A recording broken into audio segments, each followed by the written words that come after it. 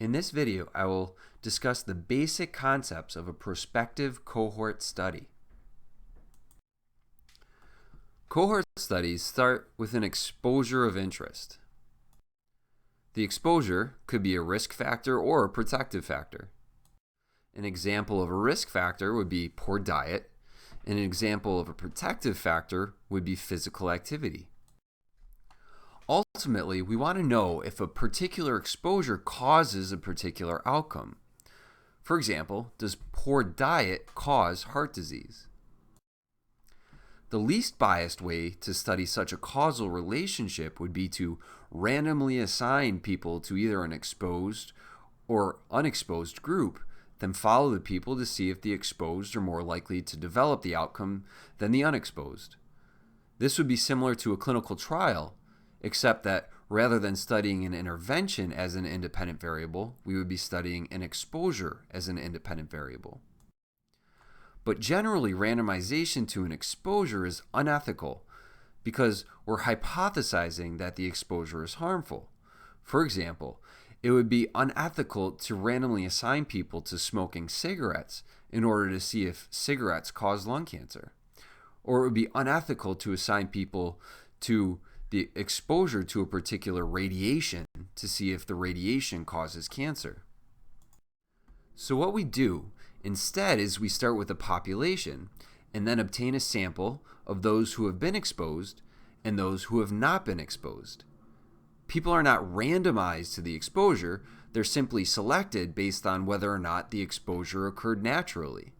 For example, the researchers might recruit people with a bad diet versus people with a good diet, rather than randomly assigning people to a bad diet versus a good diet.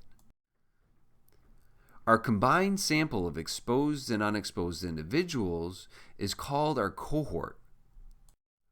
We then follow the cohort over time to see who develops the outcome. This is why it's called a prospective cohort, because people are followed prospectively over time. Now, this should sound familiar.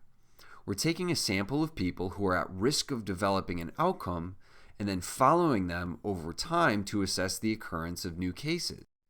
In other words, we're measuring incidence in the exposed and the unexposed.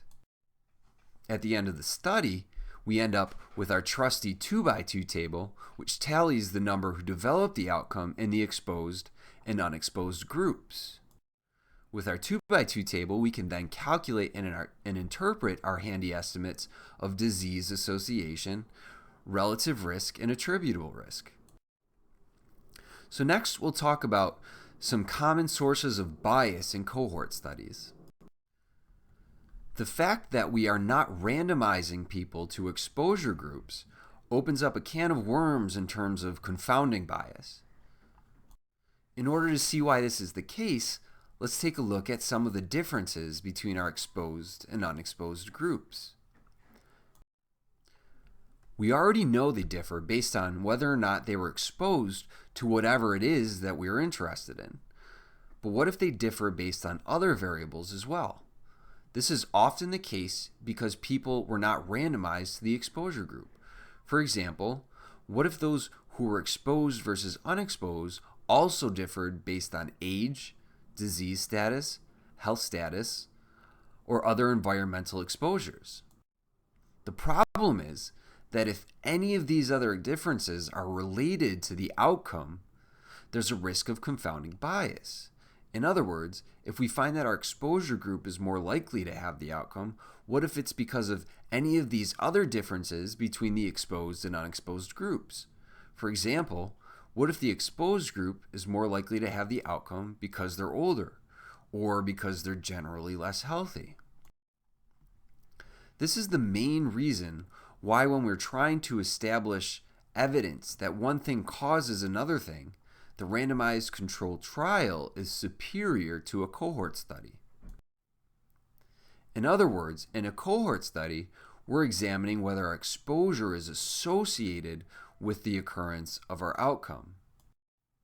And it's important to remember that association does not necessarily imply causation.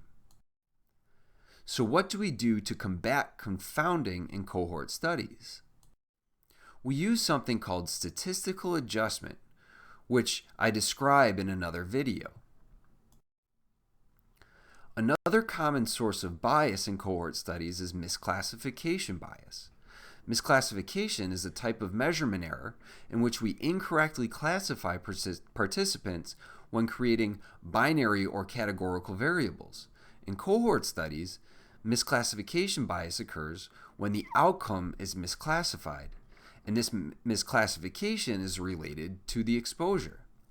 For example, if those who are exposed are more likely to be mistakenly classified as having developed the outcome than those who are unexposed, this would result in misclassification bias. So how do we combat misclassification bias? We use careful measurement. A study might use multiple sources to double-check the outcome measurement. For example, multiple physicians may corroborate to confirm a particular diagnosis. As I previously mentioned, in a cohort study, people are followed over time. Usually, this means that some people are going to drop out of the study. Some people may die or just decide to stop participating. This is called loss to follow-up, or attrition. When loss to follow-up is related to both the exposure and the outcome, this can result in biased estimates. For example, say we're studying how poor diet relates to heart disease, and that people with the worst diet are most likely to drop out of the study. Well, these people are also the most likely to develop heart disease, and so some of those that would have developed heart disease dropped out of the exposure group, which would result in an underestimate of the incidence of heart disease in the exposure group, biasing the study's conclusions. So what do we do to reduce bias from loss to follow-up? We try really hard to keep people in the study.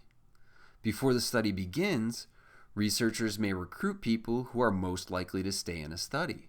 Researchers may also collect multiple types of contact information, including contact information for other people close to the research participant, so that the person can be contacted as many ways as possible.